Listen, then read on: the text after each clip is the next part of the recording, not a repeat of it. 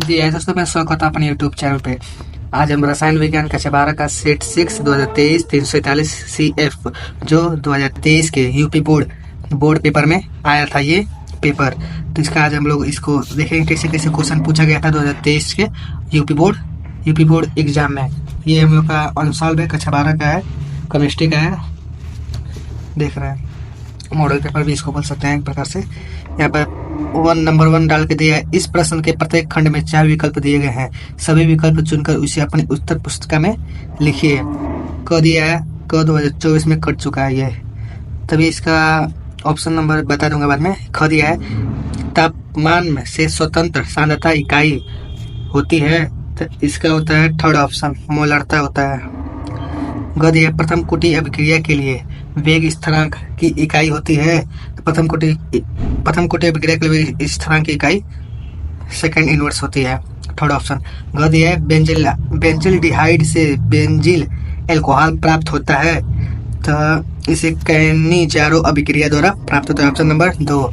अंगा दिया है, हेंसबर्ग अभिकर्मक होता है, तो हेंसबर्ग अभिकर्मक benzene sulphonic chloride, option number 2 correct होगा इसका। छ दिया है, निम्नलिखित में से कौन सा क्षारक DNA में उपस्थित नहीं होता है, तो इसका होगा थर्ड ऑप्शन, यूरेसिल होगा।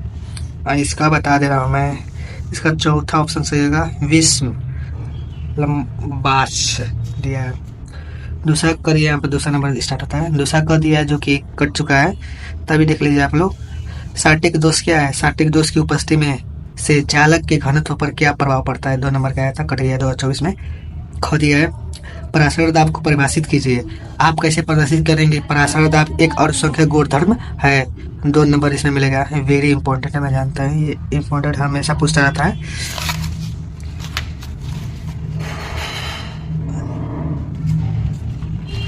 यहाँ दिया है ग, आयनों के स्वतंत्र अभिगमन के कोल्लाउस नियम को समझाइए। इस नियम के एक अनुप्रयोग को बताइए, जो कि ये भी 2 ही नंबर का पूछा है। कोल्लाउस नियम को समझाना है। ग दिया जो कि कट चुका है 2024 में, कोई मतलब नहीं इसका। तीसरा का ख भी कटा है, ख भी कटा है, ग है। निम्नलिखित उप संयोजक यौगिक के सूत्र IUPAC नियमों के आधार पर लिखिए। पहला दिया है डाई क्लोरो डो 20, क्वेश्चन में दिया एथेन 1,2 डाई एमीन, क्वेश्चन बंद कर दिया है। कोबाल्ट थर्ड क्लोराइड दूसरा दिया है, एक नंबर पूछा है तो। दूसरा दिया iron third hexa cyanido ferrate second. घ दिया प्रोटीन के प्राथमिक तथा द्वितीय संरचना पर संक्षिप्त टिप्पणी लिखिए, ये भी 2 नंबर पूछा है। यदि आपको इसका सॉल्यूशन चाहिए तो कमेंट में टाइप कर दीजिएगा सॉल्यूशन में, आपको इसका सॉल्यूशन बनाकर वीडियो अपलोड कर दूंगा। ये 2023 में, हाँ 2023 में आया था यूपी बोर्ड एग्जाम में पेपर, ये मॉडल पेपर आया था। चौथा क है, 298 केल्विन ताप पर निम्नलिखित सेल के लिए नेस्टेड समीकरण लिखिए। ये दिया है, इसका मान दिया है। यदि उपयुक्त सेल का EMF इस सेल बराबर 0.59 वोल्ट हो तो सेल का मानक EMF E नॉट सेल बराबर की गणना कीजिए। E नॉट सेल की गणना कीजिए।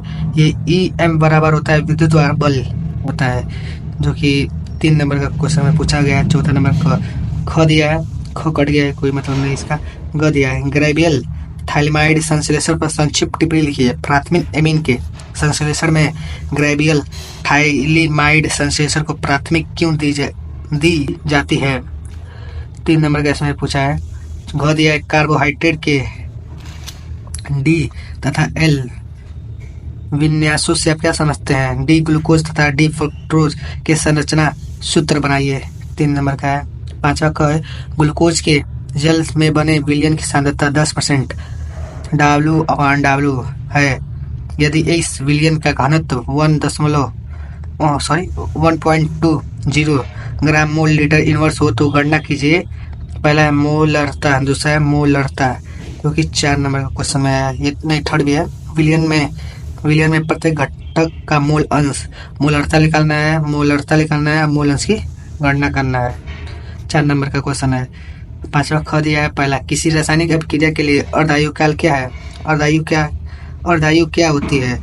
प्रदर्शित कीजिए कि प्रथम कोटि की अभिक्रिया की अर्धायु अभिक्रिया की प्रारंभिक सांद्रता पर निर्भर नहीं करती है। ये रासायनिक बल गतिकी से दे दिया लेसन 3 में से। पांचवा का ख का दूसरा दिया है किसी प्रथम कोटि अभिक्रिया का वेग स्थिरांक 6.93 गुणे 10⁻³ मिनट इनवर्स है। इस अभिक्रिया की अर्धायु काल की गणना कीजिए। 4 नंबर का क्वेश्चन पूछा है, बहुत ईजी दे दिया है। ग दिया है, ग का पहला Fe2+ तथा Fe3+ में कौन सा आयन अधिक अनुचुंबकीय है अथवा क्यों?